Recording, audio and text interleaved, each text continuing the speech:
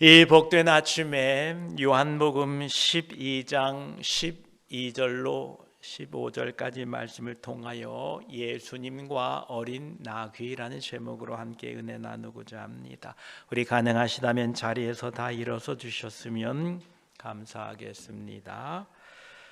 우리 말씀을 함께 읽습니다. 그 이튿날에 명절에 온 큰 무리가 예수께서 예루살렘으로 오신다는 것을 듣고 종려나무 가지를 가지고 맞으러 나가 외치되 호산나 찬송하리로다. 주의 이름으로 오시는 이 곧 이스라엘의 왕이시여 하더라. 예수는 한 어린 나귀를 보고 타시니 이는 기록된 바 시온 딸아 두려워하지 말라. 보라 너의 왕이 나귀 새끼를 타고 오신다 함과 같더라. 아멘. 자리에 앉으시면 감사하겠습니다. 기도드리겠습니다. 하나님 감사합니다. 우리에게 믿음을 주시어서 하나님을 알게 하시고 우리 주 예수 그리스도의 은혜로 우리를 용납하시고 하나님의 백성 삼아주시어 이 땅에 살게 하시니 감사합니다. 이 땅에 사는 동안에 하나님을 예배하러 다시 모였사오니 예배 가운데 함께 하시고 홀로 영광받아 주시옵고 오직 예배 가운데에 좌정하시고 기뻐하시고 하나님 우리에게 은혜를 부어 주시옵소서. 우리 구주 예수 그리스도의 이름으로 기도드립니다. 아멘. 이제 오늘은 종려 주일입니다. 오늘 본문 말씀에 보면 그 이튿날에 명절에 온 큰 무리가 예수께서 예루살렘으로 오신다는 것을 듣게 됩니다. 이 큰 명절은 바로 유월절 명절입니다. 유대인 성인 남성들은 매년 3번은 반드시 예루살렘에 모여서 3대 절기를 지켜야 됐습니다. 첫 번째가 유월절이요, 그리고 77절 맥주절이라고 하는 77절, 그리고 초막절, 이 세 절기는 모든 남성들은 반드시 예루살렘에 모여야 했습니다. 이 세 절기는 하나님께서 이스라엘 백성들에게 자신의 과거와 현재와 미래를 잊지 않도록 하기 위하여 이 세 번의 명절을 꼭 지키라 말씀했습니다. 6월절은 이스라엘 민족이 구원받은 것을 기념하고, 또한 이 77절은 그 가나안 땅에서 주시는 축복을 잊지 않고, 또한 마지막 이 초막절은 하나님의 백성들의 정체성, 이제 우리는 곧 하나님 나라에 들어갈 사람이라는 것을 기억하게 하기 위하여 그 약속의 땅에서 보호받고 있음을 기억하는 이 의미로 3대 절기를 꼭 지켰던 것입니다. 우리의 신앙도 그러합니다. 우리의 과거와 현재와 미래를 잊지 않고 살아가야 됩니다. 애굽에서 구원한 하나님의 백성들에게 하나님께서는 신명기 6장 12절에 너는 조심하여 너를 애굽 땅 종 되었던 집에서 인도하여 내신 여호와를 잊지 말라라고 말씀하십니다. 우리가 구원받았다는 사실을 잊지 마셔야 됩니다.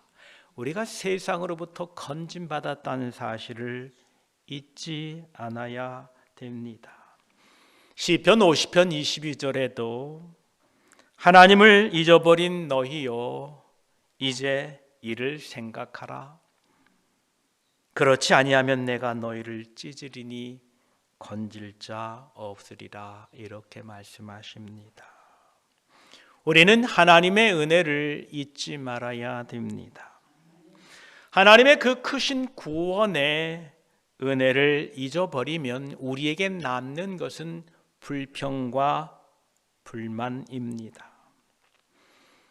우리는 알고 있습니다. 이스라엘 백성들이 어떻게 구원받았는지, 특별히 그들이 어떻게 홍해를 건넜는지는 우리는 너무도 잘 알고 있습니다. 여러분, 홍해가 어떻게 갈라졌습니까? 그 무시무시한 물의 장벽이 하나님의 은혜로 쫙 갈라져서 그 바다를 마른 땅같이 지나왔습니다. 만약 여러분들, 저와 여러분들이 그 기적을 경험했다면 일평생 그 은혜를 잊지 않고 감사하고 살 것 같지요. 그런데 그렇지 않습니다. 이스라엘 백성들이나 우리나 똑같습니다. 그 엄청난 홍해의 기적을 경험하고 3일입니다. 3일 그 광야길을 걸어가다가 물을 얻지 못하니까 수르 광야 마라 지역에서 모세를 원망하고 우리가 괜히 나왔다 이렇게 불평하기 시작합니다. 우리는 하나님의 놀라운 기적을 체험하지 않아서 불평과 원망하는 것이 아니라 하나님의 그 크신 구원의 은혜를 잊어버리는 순간 우리는 불평하고 불만할 수밖에 없다는 사실입니다. 여러분의 가는 길이 거칠고 광야길입니까? 네, 맞습니다. 우리는 지금 광야에 있습니다. 그러나 그 세상에서 건진받은 그 하나님의 은혜를 잊지 마셔야 됩니다. 이 은혜를 기억하고 이 은혜에 감사하면 우리는 이 광야길 또한 믿음으로 감사함으로 찬송하며 걸어가게 될 것입니다. 이스라엘 백성들이 이제 6월절에 예배를 위하여 큰 무리들이 모였습니다. 그리고 마침내 자신들이 들었던 그 예수 그리스도, 병든 자를 일으키고 눈먼 자를 일으키고 죽은 나사로까지 살렸던 예수님이 예루살렘으로 오신다는 소식을 듣고 13절 말씀에 보면 종려나무 가지를 가지고 맞으러 나가 외치되 호산나 찬송하리로다 주의 이름으로 오시는 이 곧 이스라엘의 왕이시여 하더라 이렇게 찬송합니다. 그래서 오늘은 우리가 종려주일이라고 부릅니다. 예수님께서 예루살렘으로 들어오실 때에 수많은 무리들이 자신의 겉옷을 길가에 펴고 다른 이들은 들에서 벤 종려나무 가지를 펴고 흔들며 예수님을 맞이합니다. 그리고 그들은 호산나 찬송하리로다 주의 이름으로 오시는 이 곧 이스라엘의 왕이시여라고 열렬히 환영을 합니다. 그런데 이스라엘 백성들이 왜 하필 많은 나무 중에 종려나무 가지를 흔들었을까? 이 종려나무에는 구약시대부터 그 나무의 의미가 있습니다. 우리도 그 어떤 나무의 의미와 꽃의 이름이나 의미가 있듯이 이 종려나무라는 것은 구약시대에 4가지의 의미 정도가 있는 나무입니다. 첫째는 생명이고, 두 번째는 의로움이고, 셋째는 성전과 절기적인 기쁨, 이 4가지의 의미가 있기 때문에 그 의미를 표현하는 그리스도는 생명이시고 당신은 의로우심이다 라는 이것을 표현하기 위하여 그들은 종려나무 가지를 꺾어 흔들어 예수님을 맞이했던 것입니다. 또한 이 이스라엘 백성들이 이 구약 남북이 모두 멸망한 후에 이제 여러 제국으로부터 지배를 받게 되는데 그 지배 과정 속에서 BC 167년부터는 마카비 혁명, 마카비 독립시대라는 것을 잠깐 그들이 맞게 됩니다. 해방을 맞은 거지요. 그때의 해방을 맞은 백성들이 당시에 종려나무 가지를 흔들며 예루살렘 성전에 입성하면서 이제 그 시대를 거치고 난 사람들의 마음속에는 종려나무 가지 속에는 성전의 정결과 승리의 상징이 결합되어 있었습니다. 그래서 그들이 종려나무 가지를 흔들었다라는 것은 바로 승리와 해방, 성전의 회복과 절기적인 기쁨, 왕권의 통치, 이런 것들이 담겨져 있는 의미로 이제 예수님이 오시자 종려 가지를 흔들고 환영했다는 것입니다. 예수님이 오니까 우리는 이제 승리할 수 있겠구나, 로마의 압제로부터 우리는 해방될 수 있겠구나라고 하면서 호산나 찬송하리로다, 주의 이름으로 오시는 이 곧 이스라엘의 왕이시여라고 소리쳤던 것입니다. 여기에서 호산나라는 말은 바로 이제 구원하소서라는 뜻입니다. 즉 해방을 원했다는 것입니다. 예수님 이제 오셔서 우리를 해방시켜 주십시오. 이 호산나의 외침, 군중들은 맞게 보았지만 또한 틀렸습니다. 예수님은 정말로 왕이셨습니다. 그러나 유대인들이 기대하는 그러한 왕은 아니셨습니다. 예수님은 정말로 구원을 가져오셨습니다. 그러나 그들이 생각하는 방식의 구원은 아니었던 것입니다. 우리가 이 종려주의를 지내면서 이 종려주의를 바르게 이해하기 위해서는 종려와 십자가를 분리해서는 안 됩니다. 오늘 이 종려주일만 보게 되면 예수님은 인기 있는 왕이 되고 이제 다음 주에 맞이할 이 부활절에 십자가만 보면 예수님의 왕권이 보이지 않습니다. 그러나 이 복음서에는 종려의 환호와 십자가의 길이 함께 이어지고 있다는 것을 우리에게 알게 합니다. 종려는 인간의 승리를 이해하는 상징이지만 그 종려주의를 통하여 그들은 환호하고 외쳤고 정치적인 변화를 즉각 해결을 원했지만 반면에 십자가에서는 하나님이 이루시는 승리의 방식입니다. 고난당하셨고 침묵하셨고 자기를 비워 낮추셨고 대속의 제물로 그리고 부활로 이어지는 감추어진 승리가 십자가에 있는 것입니다.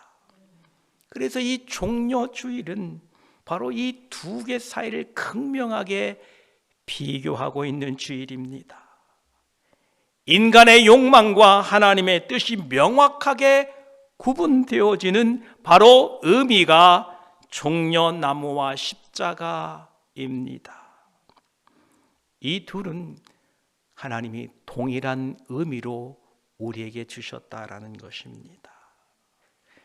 이 종려주일은 우리가 어떤 구원을 바라고 있는지를 보여줌과 동시에 또한 하나님은 우리를 어떻게 구원하시는가를 대조적으로 극명하게 보여주고 있습니다. 우리는 예수 그리스도를 맞이할 때 대개 이 종려주일을 맞이하는 사람처럼 기대합니다. 그들이 어떤 기대를 했습니까? 호산나, 우리를 구원하소서, 당신은 왕이십니다. 이제 오셔서 우리 모든 정치적인 문제를 해결해 주시고 로마의 억압으로부터 내 삶을 바꿔주시고 모든 것을 다스려 주시고 무너뜨리시고 통치해 주십시오라고 그들은 호산나 외쳤던 것입니다. 그러나 하나님은 예수 그리스도를 통하여 우리의 죄의 중심을 다루시고 우리 인간을 새롭게 하시고 십자가를 통하여 하나님의 나라를 이어십니다. 그래서 이 종려주일은 우리 신앙의 시험지와 같은 것입니다. 여러분 모두는 종려주일에 모였던 수많은 무리들처럼 종려 나무 가지를 흔드는 군중으로 서 있을 것인가? 아니면 십자가를 따르는 제자가 될 것인가? 오늘 우리는 그 시험주의에 답을 해야 되는 주간이다라는 것입니다. 여러분 모두는 십자가를 따르는 주의 제자들이 되기를 축복합니다. 이 종려주일에 예수님께서는 14절을 보니까 예수는 한 어린 나귀를 보고 타시니 라고 말씀합니다. 종려주일에 예수님과 함께한 한 어린 나귀가 등장합니다. 이 나귀는 갑자기 어디서 등장한 게 아닙니다. 이미 스가랴 9장 9절 구약성경에 예언되었던 말씀입니다. 시온에 따라 크게 기뻐할지어다. 예루살렘에 따라 즐거이 부를지어다. 보라, 내 왕이 내게 임하나니 그는 공의로우시며 구원을 베푸시며 겸손하여서 나귀를 타시나니 나귀의 작은 것 곧 나귀 새끼니라 이렇게 말씀하십니다. 스가랴의 어떤 선지자입니까? 이스라엘 백성들이 바벨론 포로 이후에 이제 예루살렘 땅에서 살게 될 때에 그때에 BC 약 520년경에 활동했던 선지자가 바로 스가랴 선지자입니다. 이 스가랴 선지자는 귀환한 유대 백성들을 위로하고 회복을 선포했던 선지자입니다. 이미 약 500여 년 전, 그 전에 이미 스가랴를 통하여 예수 그리스도께서 나귀를 타고 오실 것을 예언했던 것입니다. 오늘 14절에는 어린 나귀를 보고 타시니라고 기록되어져 있는데 마가복음에는 그 나귀를 어떻게 얻게 되었는가를 보다 상세하게 기록하고 있습니다. 마가복음 11장 2절로 3절까지를 보면 이르시되 너희는 맞은편 마을로 가라. 그리로 들어가면 곧 아직 아무도 타보지 않은 나귀 새끼가 매어 있는 것을 보리니 풀어 끌고 오라. 만일 누가 너희에게 왜 그렇게 하느냐 묻거든 주가 쓰시겠다 하라. 그리하면 즉시 이리로 보내리라 하시니. 예수님께서 명령한 대로 거기에 가보니까 아무도 타보지 않은 나귀가 있어서 풀어오니까 왜 그렇게 하십니까?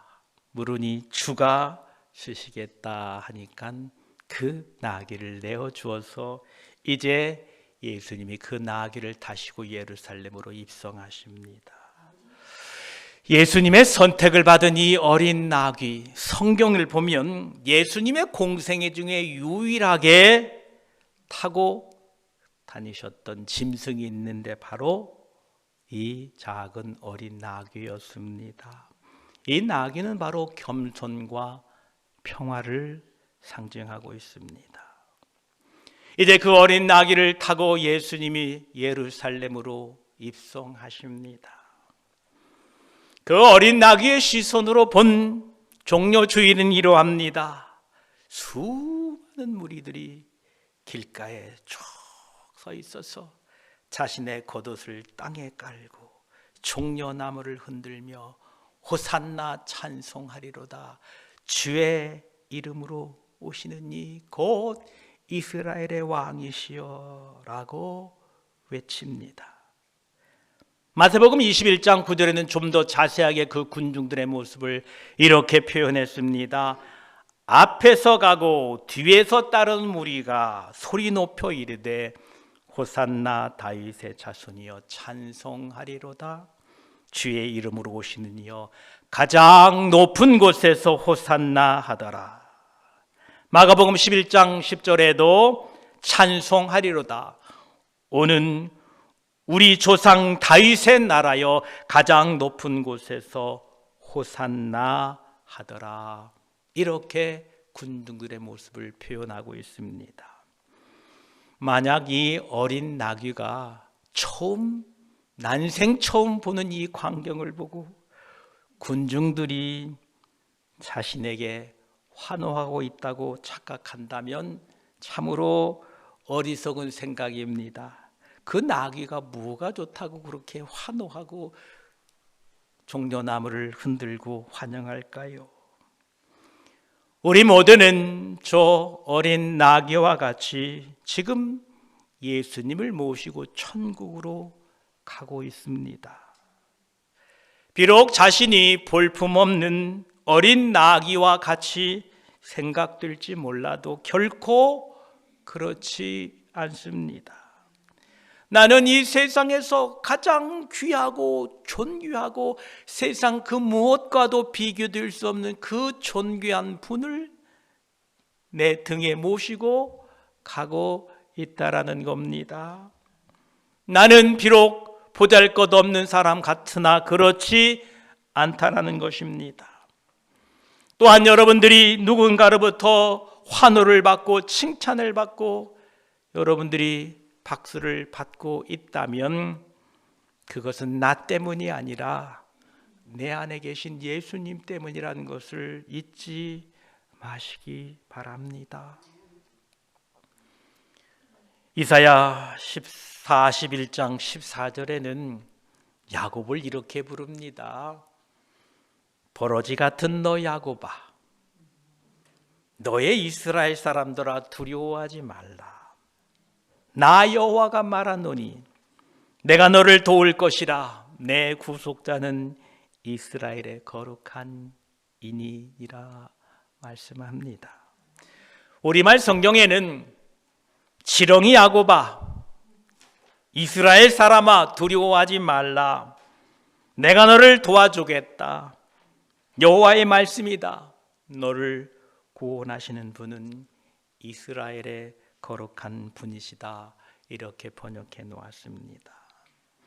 성경에 이 버러지 같은 너 야곱아, 지렁이 야곱아라고 말씀하고 있는데 이것은 사람을 비하하고 무시하는 말이 아니라 세상이 보기에는 약하고 보잘것없다 같은 이 존재의 비유를 표현한 말입니다. 우리는 세상 사람들이 보기에는 무시받을 만한 사람처럼 보입니다. 세상이 보기에는 우리는 약한 존재일 수밖에 없습니다. 세상이 보기에는 우리는 약하고 보잘것없지만 그 예수님께서 타셨던 종려주일에 이름 없는 어린 나귀와 같을 것이나, 그러나 하나님은 우리에게 말씀하십니다. 하나님께서는 두려워하지 말라라고 말씀합니다.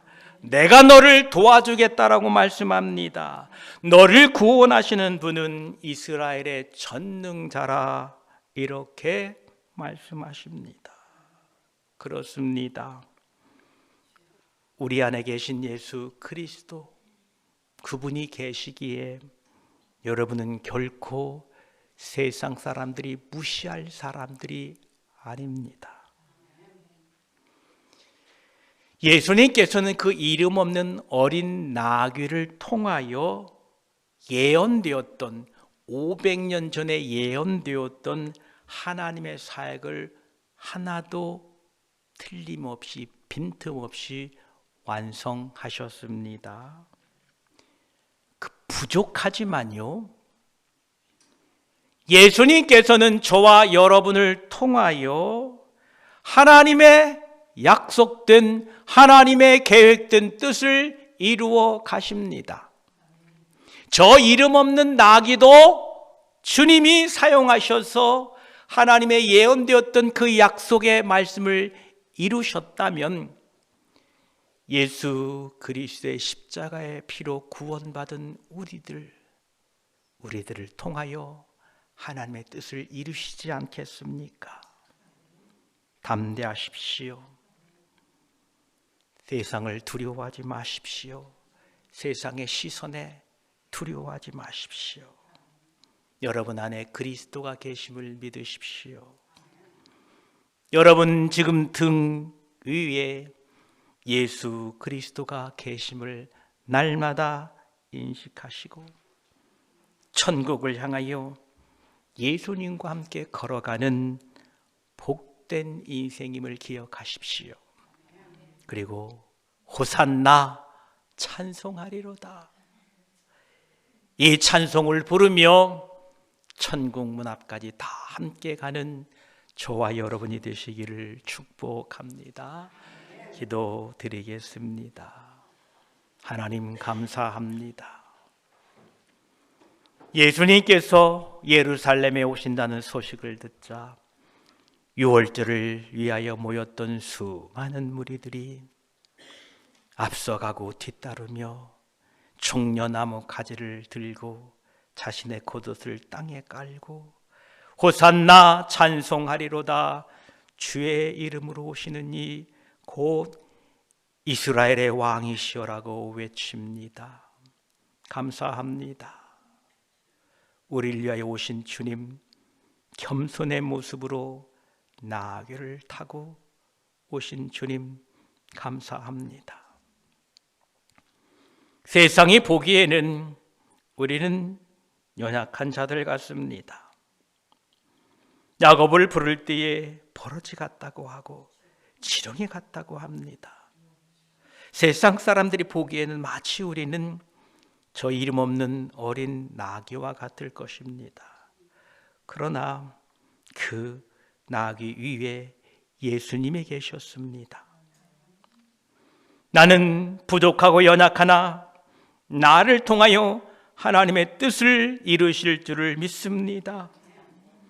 하나님께서는 말씀하십니다. 세상이 보기에는 너희들이 보잘것없는 사람 같으나 하나님께서는 두려워하지 말라라고 말씀하셨습니다. 내가 너를 도와주겠다라고 말씀하십니다. 저 어린 나귀를 통하여서도 예언되었던 하나님의 뜻을 이루셨고 완성하셨던 주님, 우리를 통하여 주님의 뜻이 이루어질 줄 믿습니다. 우리 안에 함께 계시고 우리와 동행하시는 예수 그리스도와 함께 이 천성문을 향하여 걸어가는 이 여정 가운데에 낙심하지 아니하며 오늘 또 호산나 찬송하며 주님과 함께 걸어가는 우리 모두가 되게 하여 주시옵소서. 우리와 함께 하시고 우리를 인도하고 계시는 우리 구주 예수 그리스도의 이름으로 기도드립니다. 아멘.